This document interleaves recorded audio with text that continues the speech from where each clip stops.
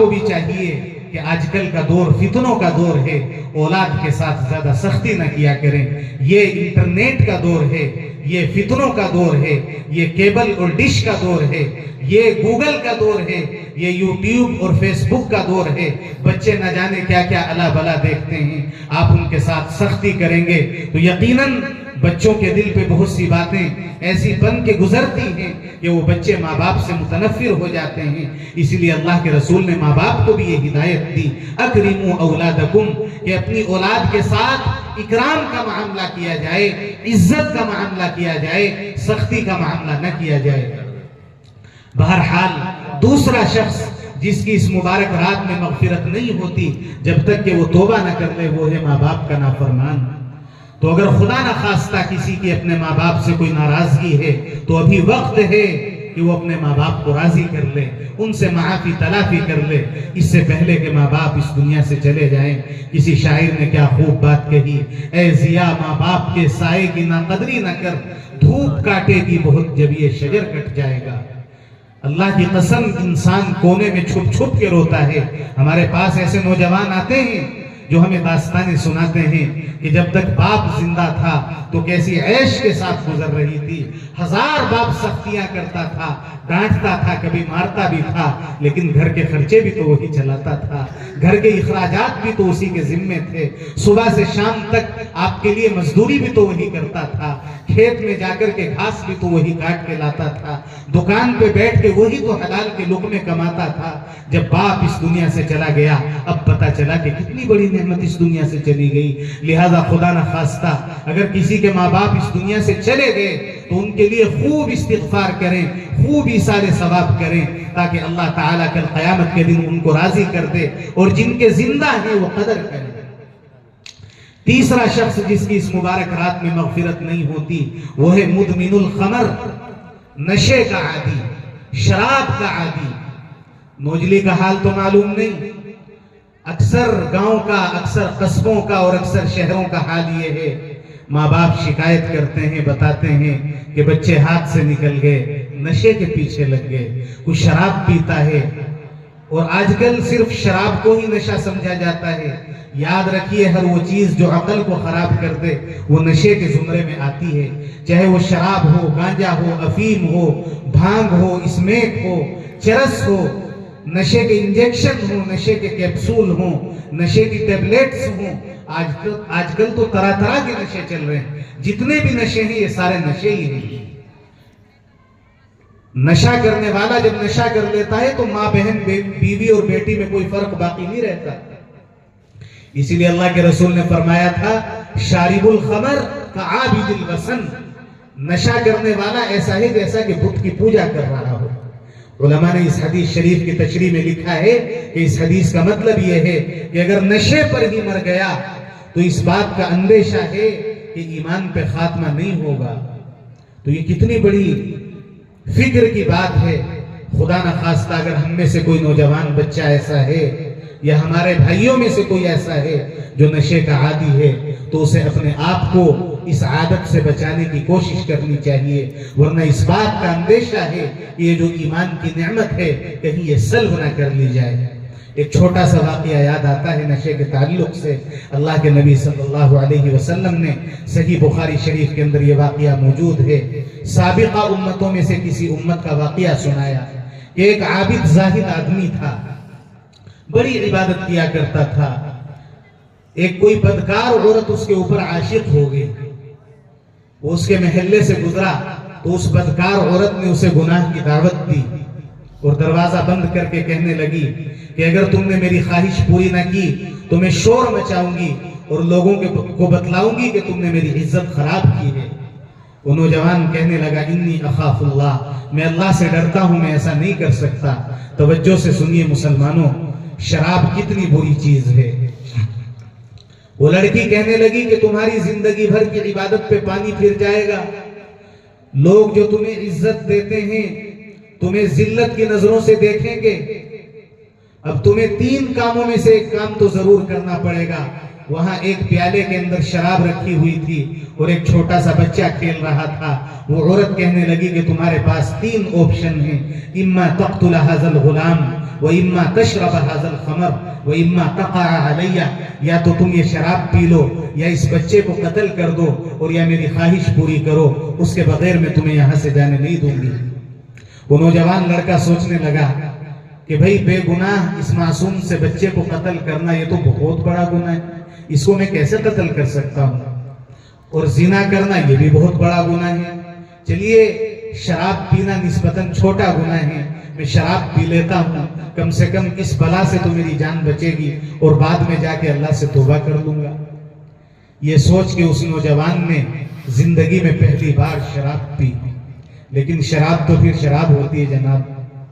شراب پینے کے بعد جب اس کے اوپر نشہ طاری ہوا تو اس نے اس بچے کو بھی قتل کیا، اور اس عورت کے ساتھ زناکاری میں بھی مبتلا ہوا۔ اسی لیے میرے اور آپ کے آقا نے یہ واقعہ سنایا اور ہمیں بتلایا الخمر جماع الاسم، یاد رکھیے نشہ تمام برائیوں کی جڑ ہے، جہاں نشہ ہوگا سمجھ لیجئے وہاں تمام برائیاں ہوں گی۔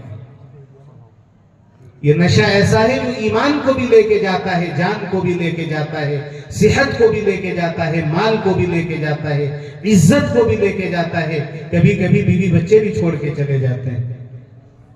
ایک لطیفہ یاد آتا ہے، لطیفے کا لطیفہ ہے اور سمجھنے والوں کے لیے عبرت کا ایک بہت بڑا سبق بھی ہے۔ ایک شرابی ٹرین کے اندر سفر کر رہا تھا، اس کے سامنے والی سیٹ پر کوئی بہت بڑے پڑھے لکھے آدمی بیٹھے ہوئے تھے، ان کے سر میں درد ہونے لگا۔ اب ٹرین کے اندر کوئی دوائی وغیرہ موجود نہیں تھی، وہ بیچارے بار بار اپنے سر پہ ہاتھ لگاتے تھے اور کراہ رہے تھے، کہہ رہے تھے بھئی میرے سر میں بہت درد ہو رہا ہے۔ وہ جو سامنے شرابی بیٹھا ہوا تھا اس کے ہاتھ میں شراب کا پوا تھا، وہ کہنے لگا کہ یہ شراب کا پوا پی لو تمہارے سر کا درد چلا جائے گا۔ تو پڑھا لکھا آدمی کہنے لگا کہ اس پوے سے میرا سر کا درد چلا جائے گا۔ وہ شرابی کہنے لگا کہ ہاں مجھے اس بات کا خوب تجربہ ہے، سر کا درد تو بہت چھوٹی سی چیز ہے، جب تک میں شراب نہیں پیتا تھا اللہ کے فضل سے میرے پاس سب کچھ تھا، لیکن جب سے میں نے شراب پینی شروع کی میری بیوی چلی گئی، میرے بچے چلے گئے، میرا مال چلا گیا، میری صحت چلی گئی، میری عزت چلی گئی۔ جب میرا یہ سب کچھ چلا گیا تو کیا تمہارے سر کا درد نہیں جا سکتا؟ وہ بیچارہ شراب کے فضائل سنا رہا ہے اس سامنے والے کو۔ تو نشہ اتنی بری چیز ہے، نوجوانوں نشے سے اپنے آپ کو بچاؤ۔ اللہ کی قسم نشہ آپ کی صحت کو تو برباد کرتا ہی ہے، ساتھ ساتھ معاشرے میں آپ کی عزت کو بھی خراب کرتا ہے۔ پہلے یہ جو پولیس کے افسران ہوتے ہیں یہ آیا کرتے تھے مدرسوں میں، ناظم صاحبان سے، ائمہ کرام سے، یہ کہا کرتے تھے کہ ماشاءاللہ آپ لوگ بڑے خوش قسمت ہیں کہ مسلمانوں میں نشے کا کوئی چلن نہیں ہے، غیر مسلموں کے اندر نشہ بہت عام ہے۔ لیکن اب وہ افسران آتے ہیں اور یہ کہنے پر مجبور ہیں اور وہ یہ بتاتے ہیں کہ آج کل نشے کے اندر پکڑے جانے والے سب سے زیادہ مسلمان نوجوان ہیں۔ تو مسلمانوں شب برات جیسے مبارک موقع پہ بھی نشے کے عادی کی مغفرت نہیں ہوتی جب تک کہ وہ توبہ نہ کر لے۔ تو پہلا شخص ہے مشرک، اور دوسرا شخص ہے ماں باپ کا نافرمان، اور تیسرا شخص ہے نشے کا عادی۔ چوتھا شخص جس کی اس مبارک رات میں مغفرت نہیں ہوتی وہ ہے مشاحن۔ مشاحن اس شخص کو کہتے ہیں جس کے دل میں کسی کی طرف سے کینہ ہو۔ کینہ کہتے ہیں بغیر وجہ کی دشمنی۔ ایک تو یہ ہے کہ کسی وجہ سے دشمنی ہو جائے، میری آپ کے ساتھ لڑائی ہو گئی، آپ نے مجھ سے دشمنی کر لی، میں نے آپ سے دشمنی کر لی، یہ بھی غلط ہے، یہ بھی نہیں ہونی چاہیے۔ لیکن کینہ اس کو کہتے ہیں کہ وجہ بھی کچھ نہیں ہے، بغیر وجہ کے میں آپ کے مال کو دیکھ کر، آپ کی عزت کو دیکھ کر، آپ کے منصب کو دیکھ کر، آپ کے عہدے کو دیکھ کر، آپ کی شہرت کو دیکھ کر، آپ کی ترقی کو دیکھ کر، آپ کے علم کو دیکھ کر، لوگوں میں آپ کے مقام اور مرتبے کو دیکھ کر حسد کے اندر مبتلا ہو جاؤں، اسے کہتے ہیں کینہ۔ اور یہ بہت بری چیز ہے، اور جب تک کینہ دل کے اندر ہوتا ہے تب تک اللہ تبارک و تعالی مغفرت نہیں فرماتا۔ اس لیے کینے سے اپنے آپ کو بچانے کی ضرورت ہے۔ ایک شاعر سے کسی نے پوچھا تھا کہ آپ کا وطن کیا ہے، آپ کہاں کے رہنے والے ہیں؟ بعض شاعر بڑے من چلے ہوتے ہیں، تو اس نے کیا خوبصورت جواب دیا میرا اس شہر عداوت میں بسیرا ہے جہاں، میرا اس شہر عداوت میں بسیرا ہے جہاں، لوگ سجدوں میں بھی لوگوں کا برا سوچتے ہیں۔ ہم آج کل سب اس کے اندر مبتلا ہیں، نمازیں پڑھی جا رہی ہیں، تہجد پڑھے جا رہے ہیں، قرآن کی تلاوت کی جا رہی ہے، صدقہ خیرات کیے جا رہے ہیں، ساری نیکیاں بھی کی جا رہی ہیں، لیکن ساتھ ساتھ ایک دوسرے کی طرف سے ہمارے دل بغض اور کینوں سے بھرے پڑے۔ اللہ کے نبی نے فرمایا تھا کہ قرب قیامت میں ایک وقت ایسا آئے گا، السنتہم احلا من العسل، لوگوں کی زبان شہد سے زیادہ میٹھی ہو جائے گی، وقلوبہم قلوب الذئاب، لیکن ان کے دل بھیڑیوں کی طرح ہو جائیں گے۔ کیا آپ کو کوئی شک ہے کہ وہ زمانہ نہیں چل رہا؟ اور اللہ کے نبی نے فرمایا تھا کہ جب وہ زمانہ آئے گا، اس زمانے میں اللہ کی طرف سے سزا یہ ہوگی کہ ایک فتنہ ختم نہیں ہوگا، دوسرا کھڑا ہو جائے گا، دوسرا ختم نہیں ہوگا، تیسرا کھڑا ہو جائے گا۔ آج دیکھ لو، اپنے ملک کے حالات پہ ہی نظر ڈال کے دیکھ لو، کبھی NCR آتا ہے، کبھی NPR آتا ہے، کبھی UCC آتا ہے، کبھی وقف بل آتا ہے، ایک ختم نہیں ہوتا کہ دوسرا کھڑا ہو جاتا ہے، دوسرا ختم نہیں ہوتا کہ تیسرا کھڑا ہو جاتا ہے۔ ہم لنگوٹ باندھ کر کے میدان میں اترنے کی کوشش کرتے ہیں کہ اس کو ختم کریں گے، اللہ کہتا ہے کہ تم اس کو ختم کرو، ہم دوسرا کھڑا کر دیں گے۔ تو اس کے جہاں اور بہت سارے اسباب ہیں، ایک بڑا سبب یہ ہے کہ ہمارے دل ایک دوسرے کی طرف سے صاف نہیں رہے، ہمارے دلوں میں کینہ ہے۔ میرے بھائیوں، ہمیں اپنے دلوں کو صاف کرنے کی ضرورت ہے۔ یاد رکھیے، علماء کرام یہاں تشریف فرما ہیں، یہ دل اللہ تبارک و تعالیٰ کی تجلی گاہ ہے۔ جیسے ہر ایک کا گھر ہوتا ہے، ایسے ہی اللہ تعالیٰ کائنات میں کہیں نہیں سماتا، اگر کہیں سماتا ہے تو دل میں سماتا ہے۔ اگر میرے گھر میں کوڑا کرکٹ ہو، میرے گھر میں گندگی ہو تو میں برداشت نہیں کرتا، تو جب اللہ کی تجلی ہمارے دلوں پہ دستک دیتی ہوگی اور ہمارے دلوں میں کینہ اور بغض اور حسد اور عداوت اور ایک دوسرے کی دشمنی پاتی ہوگی، تو اللہ کی تجلی بھی سوچتی ہوگی کہ میں کہاں جاؤں۔ مسلمانوں، اپنے دلوں کو ایک دوسرے کی طرف سے صاف رکھو، وہ کوئی بھی ہو، معاف کر دو سب کو، اللہ کے لیے معاف کرنا سیکھو۔ میرے اور آپ کے آقا نے قسم کھا کر کے 3 باتیں ارشاد فرمائی تھی، واللہ ما نقصت صدقۃ من مال، صدقہ کرنے سے مال گھٹتا نہیں، وما زاد اللہ عبدا بعفو الا عزا، جو بندہ کسی کو معاف کر دیتا ہے اللہ تبارک و تعالی اس کی عزت کے اندر اضافہ فرما دیتا ہے۔ وَمَا تَوَاضَعَ أَحَدٌ لِلَّهِ إِلَّا رَفَعَهُ اللَّهُ، اور جو اللہ کے لیے چھوٹا بن جاتا ہے اللہ اسے بڑا کر دیتا ہے۔ یہ 3 باتیں میرے اور آپ کے نبی نے قسم کھا کے کہی، آپ کر کے تو دیکھیں، معاف کریں۔ اگر آپ کی عزت میں اضافہ نہ ہوا تو مجھے کہنا آکے کہ سلمان کیا کہتا تھا، اس لیے کہ میرے اور آپ کے آقا کی زبان سے نکلی ہوئی بات جھوٹی نہیں ہو سکتی۔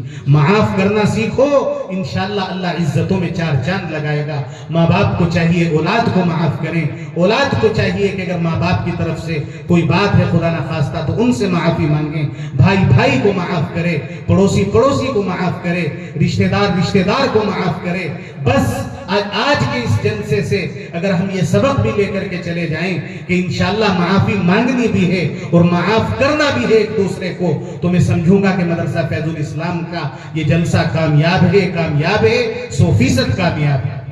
اور اگر ہم باتیں سنتے رہے، تمام اعمال بھی کرتے رہے، مگر دل ہمارے ایک دوسرے کی طرف سے صاف نہ ہو سکے، تو میرے بھائیوں یہ بہت بڑے خطرے کی علامت ہے۔ آج تو صورتحال یہ ہے، وہ کسی شاعر نے کہا تھا، مقید کر دیا یہ کہہ کے سانپوں کو سپیروں نے، مقید کر دیا یہ کہہ کے سانپوں کو سپیروں نے، یہ انسانوں کو انسانوں سے ڈسوانے کا موسم ہے۔ آج سانپ کی ضرورت نہیں ہے، بچھو کی ضرورت نہیں ہے، انسان کو ڈسنے کے لیے انسان کافی۔ حضرت مولانا شیخ ذوالفقار احمد صاحب نقشبندی دامت برکاتہم نے اپنی کتاب میں ایک عجیب واقعہ لکھا، اس واقعے کو بتا کر کے اپنی بات کو انشاءاللہ سمیٹتا ہوں۔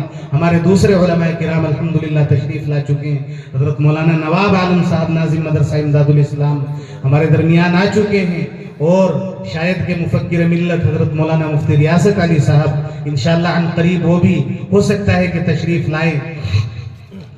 حضرت شیخ صاحب نے اپنی کتاب کے اندر لکھا ہے کہ ایک شخص تھا، اس کے گھر کے اندر صبح بھی بریانی، شام بھی بریانی، اور ناشتے میں بھی بڑی اچھی اچھی خوشبوئیں آتی تھی.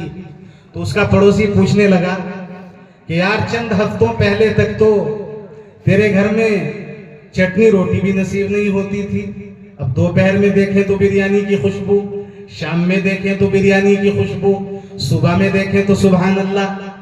ارے بھئی 2 ہفتوں میں کیا ہاتھ لگ گیا تمہارے؟ تو بیچارہ سیدھا سادہ بھولا بھالا نوجوان تھا.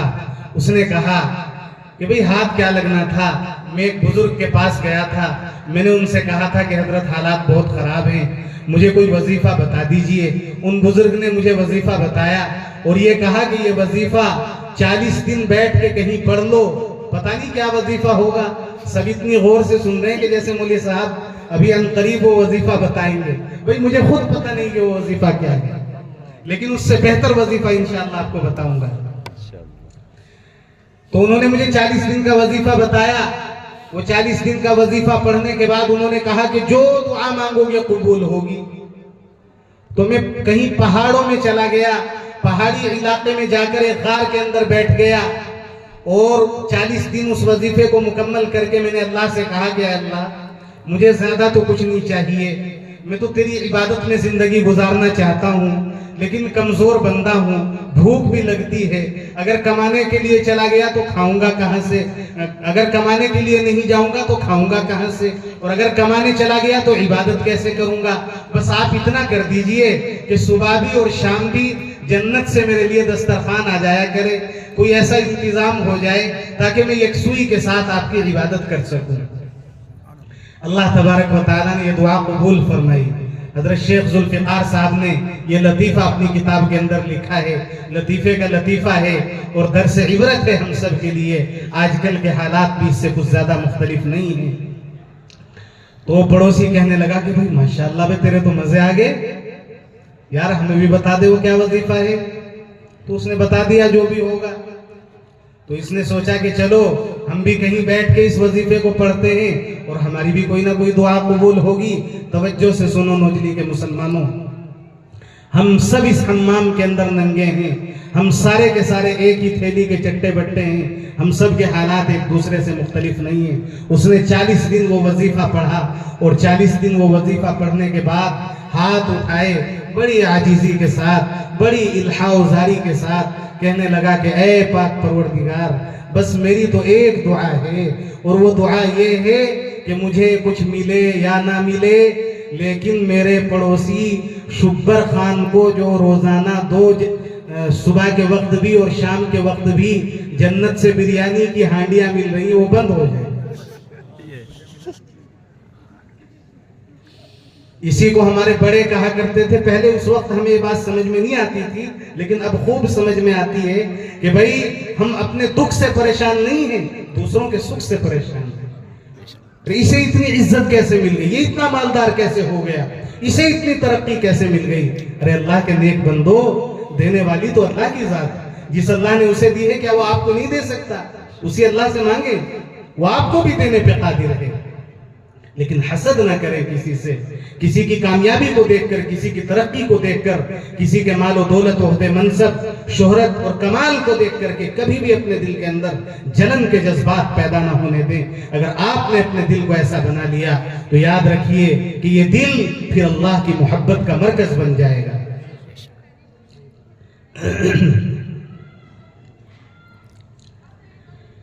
اللہ غنی. خیر، میں عرض کر رہا تھا کہ 4 لوگ ہیں جن کی اس مبارک رات میں مغفرت نہیں ہوتی.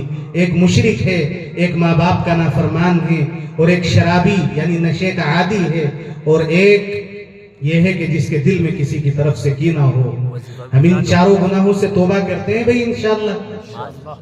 بھی آواز نہیں آئی بھئی؟ ماشاءاللہ. نوجلی والوں کا تو بڑا نام سنا ہے. اتنی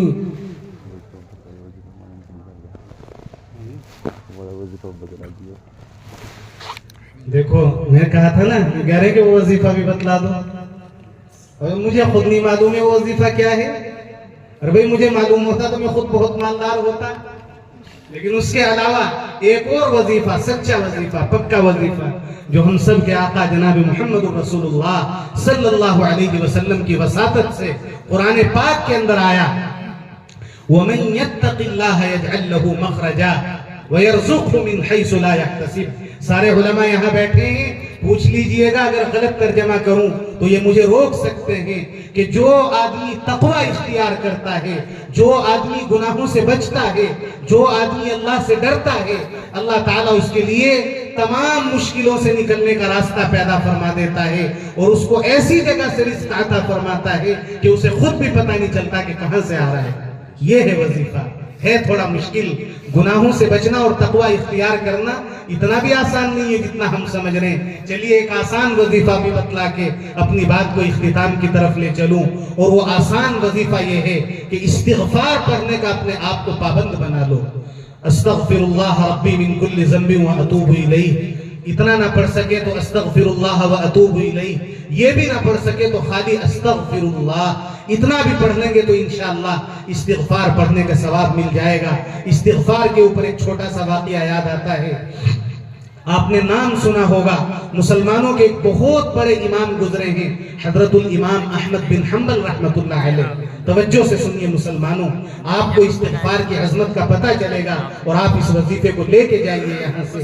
حضرت امام احمد بن حنبل رحمۃ اللہ علیہ بغداد شہر کے اندر رہتے تھے، لیکن اتفاق سے ایک دن کسی ضرورت سے گاؤں میں چلے گئے، رات کا وقت ہو گیا، عشاء کی نماز پڑھنے کے بعد انہوں نے سوچا کہ اب بغداد واپس کیسے جاؤں گا، اس لیے کہ اس زمانے میں سواریوں کی اتنی سہولیات نہیں ہوتی تھی جتنی آج کل ہیں، تو انہوں نے سوچا کہ رات اسی گاؤں میں گزار لیتا ہوں اور انشاءاللہ صبح فجر کی نماز پڑھ کے چلا جاؤں گا۔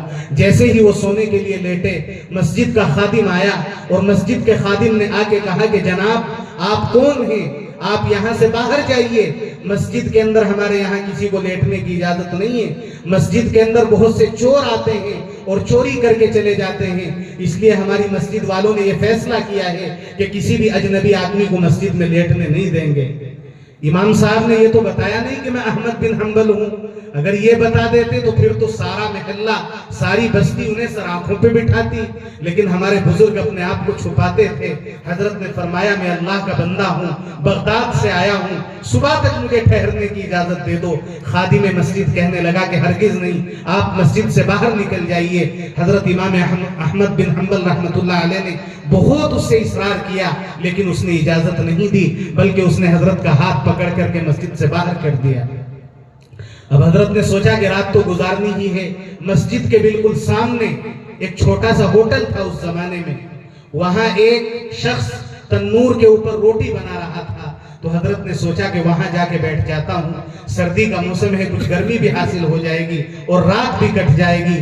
چنانچہ وہ وہاں پہ جا کر کے بیٹھ گئے اور وہ تنور والا پیڑا بناتا ہے تو کہتا ہے استغفر اللہ، اس کو تنور میں لگاتا ہے تو کہتا ہے استغفر اللہ، روٹی نکالتا ہے تو کہتا ہے استغفر اللہ، ہر لمحے اس کی زبان پہ استغفر اللہ استغفر اللہ استغفر اللہ یہ جملہ جاری ہے۔ امام احمد بن حنبل بہت عظمت کے ساتھ اس کو دیکھ رہے ہیں، بہت رشک کے ساتھ اس کو دیکھ رہے ہیں۔ امام احمد بن حنبل کہنے لگے کہ میرے بھائی، یہ جو تو ہر وقت استغفر اللہ کہہ رہا ہے، ماجرا کیا ہے؟ کیا اس کا تجھے کبھی کوئی فائدہ بھی ملا؟ تو وہ نان بھائی کہنے لگا اس رب کعبہ کی قسم جس سے میں استغفار طلب کر رہا ہوں، جس سے میں مغفرت طلب کر رہا ہوں، یہ استغفر اللہ ایسا وظیفہ ہے کہ اس کی برکت سے آج تک میں نے اللہ سے جو دعا مانگی ہے کبھی میری دعا رد نہیں ہوئی۔ میں ہاتھ بعد میں اٹھاتا ہوں، میری دعا پہلے قبول ہو جاتی ہے۔ بس زندگی کی ایک خواہش باقی ہے، ایک دعا باقی ہے، کاش وہ دعا بھی قبول ہو جائے۔ امام احمد بن حنبل پوچھنے لگے میرے بھائی بتا وہ کون سی خواہش ہے جو پوری نہ ہو سکی؟ وہ نان بھائی کہنے لگا کہ جناب کیا بتاؤں، میرے دل میں رہ کے یہ خواہش اٹھتی ہے کہ کاش مرنے سے پہلے ایک مرتبہ امام المسلمین حضرت امام احمد بن حنبل کے چہرے کی زیارت ہو جاتی، لیکن پھر میں سوچتا ہوں کہاں میں گنہگار نان بھائی، کہاں وہ اتنا بڑا امام، کہاں میں گاؤں کا رہنے والا، کہاں وہ شہر میں درس دینے والے۔ ایسا لگتا ہے کہ میری یہ خواہش میرے ساتھ کی قبر میں چلی جائے گی اور میری یہ خواہش کبھی پوری نہیں ہوگی۔ امام احمد بن حنبل کی آنکھوں میں آنسو آ گئے اور امام احمد بن حنبل کہنے لگے نہیں میرے بھائی، اللہ تبارک و تعالی نے جس طریقے سے تیری تمام دعائیں قبول کی، استغفار کی برکت سے اللہ نے تیری اس دعا کو بھی قبول کر لیا، اس لیے کہ میں کوئی اور نہیں بلکہ میں ہی احمد بن حنبل ہوں، میں یہاں آیا نہیں ہوں بلکہ اللہ کی طرف سے بھیجا گیا ہوں۔ تو یہ ہے وہ وظیفہ استغفار، اس استغفار کو حفظ جان بنائیں، استغفر اللہ کثرت سے پڑھنے کا معمول بنائیں۔ انشاءاللہ آپ دیکھیں گے کہ آپ کی زندگی میں کیسی برکتیں آنی شروع ہوں گی، اور رزق اللہ تعالیٰ ایسی جگہ سے عطا فرمائے گا کہ آپ کو خود بھی حیرت ہوگی۔ بہرحال یہ بات دوسری طرف نکل گئی وظیفے کے چکر میں۔ اصل میں یہ عرض کر رہا تھا کہ ان مبارک راتوں میں ان 4 لوگوں کی مغفرت نہیں ہوتی، اور آپ سب نے ارادہ کیا ہے، میں نے بھی ارادہ کیا ہے انشاءاللہ کہ ہم ان 4 گناہوں سے توبہ کریں گے، شرک سے بھی توبہ کریں گے، ماں باپ کی نافرمانی سے بھی توبہ کریں گے، ہر طرح کے نشے سے بھی توبہ کریں گے، اور اپنے دلوں کو کینے اور بغض سے بھی پاک کریں گے۔ آخری بات کہہ کر کے اپنی بات کو ختم کروں۔ ماشاءاللہ آپ نے حضرت مولانا محمد فرقان صاحب نور اللہ مرقدہ کا قدم بقدم شانہ بشانہ بے انتہا ساتھ دیا۔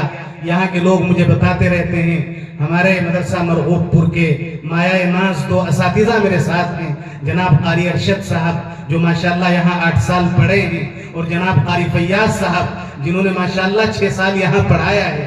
تو ایک 8 سال پڑھا ہے، دوسرے نے 6 سال پڑھایا ہے۔ یہ لوگ یہاں کے بارے میں، یہاں کے لوگوں کے جذبے کے بارے میں، مدرسے سے ان کی وابستگی کے بارے میں خوب باتیں بتاتے رہتے تھے، اور دل کے اندر بڑا جذبہ پیدا ہوتا تھا کہ اس مدرسے کو دیکھا جائے، آپ لوگوں سے ملاقات کی جائے۔ آج الحمدللہ بڑی خوشی ہوئی آپ حضرات سے ملاقات کر کے، اور یہ چند باتیں آپ کی خدمت میں عرض کرنے کا موقع ملا۔ بس میری آپ سے درخواست ہے کہ جس طریقے سے آپ نے حضرت کے حین حیات، حضرت کی زندگی میں اس مدرسے کو اپنا مدرسہ سمجھا، اس مدرسے کا خوب تعاون کیا، ہر لحاظ سے، مفید مشوروں سے بھی، دعاؤں سے بھی، اپنے بچوں کو بھیج کر بھی، اور مال و دولت سے بھی، یقیناً آپ ہی کے تعاون کی وجہ سے یہ اتنا بڑا مدرسہ اور اتنی شاندار مسجد ہمارے سامنے ہے۔ اسی طریقے سے اب جو عملہ موجود ہے، جو اساتذہ اور طلبہ موجود ہیں، اور سر فہرست ہمارے استاذ محترم حضرت حافظ محمد یاسین صاحب دامت برکاتہم موجود ہیں، ان کا بھی آپ اسی طریقے سے تعاون کیجئے، اور پھر ایک مرتبہ وہ بہار آ جانی چاہیے، وہ دور اور اس دور کی یاد تازہ ہو جانی چاہیے کہ ہم جس طرف بھی جاتے تھے ہمیں علاقے میں 2-3 مدرسوں کا نام سنائی دیتا تھا۔ بھئی ناظرے کی تعلیم سب سے اچھی کہاں ہے؟ لوگ کہتے تھے کہ فیض الاسلام نوجلی میں۔ نوجلی کا ایک شور تھا، واللہ میں کوئی مبالغے سے کام نہیں لے رہا ہوں، یہاں پڑھا لکھا بڑا طبقہ موجود ہے۔ نوجلی کے اندر ایک زمانے میں اتنی شاندار تعلیم ہوئی ہے، ناظرے کی خاص طور سے اور اردو کی خاص طور سے، کہ جس کا دور دور تک بڑا شہرہ تھا، اور ایک مدرسہ کھرنجے کا تھا، اور ایک مدرسہ قاسم پور کا تھا، اور یوں تو سارے ہی ہمارے مدرسے ہیں، مرغوب پور ہے، مدرسہ امداد الاسلام لنڈھورا ہے، اکڑ ہے، سب ہمارے ہی مدرسے ہیں۔ لیکن ان 3-4 مدرسوں کا ناظرے اور حفظ کے حوالے سے ایک شہرہ تھا، ان میں سے ایک مدرسہ آپ کا فیض الاسلام بھی ہے۔ آپ سب حضرات آج اس بات کا تہیہ کر کے جائیں کہ جس طریقے سے ماضی میں آپ قدم بقدم مدرسے کے شانہ بشانہ ہر موقع پر کھڑے رہے، انشاءاللہ مستقبل میں بھی آپ حضرات اسی طریقے سے کھڑے رہیں گے۔ یہی آپ کا اپنے مدرسے کے ساتھ بھی صحیح تعاون ہوگا، اور یہی حضرت مولانا فرقان صاحب کی روح کو بھی آپ کی طرف سے بہترین خراج تحسین ہوگا انشاءاللہ۔ تو کوئی گھر ایسا نہ رہے کہ جس گھر میں سے بچے اور بچیاں مدرسے کے اندر پڑھنے نہ آئیں اور یہاں سے فیض نہ اٹھائیں۔ کوئی گھر ایسا نہ رہے جو پہلے کی طرح اس مدرسے سے وابستہ نہ ہو، کوئی گھر ایسا نہ رہے، کوئی فرد ایسا نہ رہے، بلکہ چاہے وہ پڑھے لکھے ہوں یا پڑھے لکھے نہ ہوں، جو اس مدرسے سے اپنی جذباتی وابستگی درج نہ کرائیں۔ میں دوبارہ آپ سب حضرات کو بہت مبارکباد پیش کرتے ہوئے اور بے انتہا خوشی کا اظہار کرتے ہوئے ایک شعر کے اوپر اپنی بات کو ختم کروں گا، اور وہ شعر ہماری زندگیوں کا حاصل ہونا چاہیے کہ اگر ہم اللہ کے دین سے وابستہ ہو جائیں، اسی میں ہماری دنیا کی بھی نجات ہے اور آخرت کی بھی نجات ہے۔ علامہ اقبال رحمۃ اللہ علیہ نے اس کو اپنے الفاظ میں یوں کہا تھا کہ محمد سے وفا تو نے تو ہم تیرے ہیں، کہ محمد سے وفا تو نے تو ہم تیرے ہیں، یہ جہاں چیز ہے کیا لوح و قلم تیرے ہیں کہ جب محمد سے وفا کرو گے تو انشاءاللہ لوح و قلم اللہ تعالیٰ تمہارے ہاتھوں میں عطا کر دے گا کہ جو چاہو خود ہی لکھ لو. اور ایک زمانے میں ایسا ہو چکا, کسی شاعر نے اس کو یوں کہا تھا, خودی کو کر بلند اتنا کہ ہر تقدیر سے پہلے خدا بندے سے خود پوچھے بتا تیری رضا کیا ہے. لیکن یہ جب ہی ہوگا جب اللہ کے دین سے جذباتی وابستگی ہوگی.